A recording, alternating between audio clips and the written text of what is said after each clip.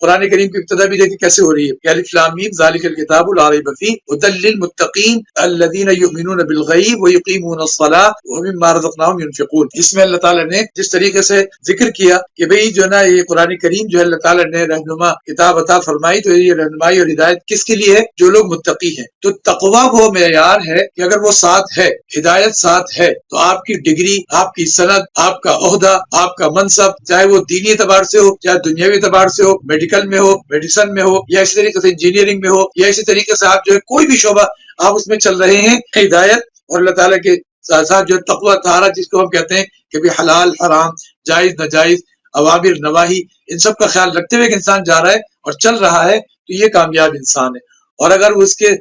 پاس صرف ایک یہ دوڑ لگی ہوئی ہے کہ بھی مال بنا لو اس دور میں، جیسا کہ سرمایہ دارہ ایک سوچ ہے کہ بھی خوب مال بنا لو، تو میں آپ کو بتاؤں کہ عملاً آپ دیکھیں گے کہ جو لوگ ابھی اس وقت حالات سے گزر رہے ہیں تو ان کے پاس مال اب بھی بہت موجود ہے، لیکن آمد رک گئی، اس کا سلسلہ رک گیا تو وہ اداس ہے، وہ اپنے آپ کو ناکام سمجھ رہے ہیں، تو کیونکہ انہوں نے زاویہ ہی بنا لیا تھا کہ مال و دولت آتا رہے اور بڑے ذرائع سے آئے تو ہم کامیاب ہیں، لیکن جہاں رکا پیچھے ڈھیر موجود ہے قارون کا، لیکن وہ پریشان ہے، حیران ہے اور سمجھ رہے ہیں ہم ناکام ہو رہے ہیں، جلد سے جلد کچھ کرو۔ تو یہ ساری صورتیں جو ہیں جو انسان کے اپنے زاویہ سوچ سے وہ اور ایک اللہ تعالیٰ نے جو دی ہے، دونوں میں فرق ہے۔ تو یوں سمجھ لیجئے کہ کامیابی حقیقت میں اسی میں ہے۔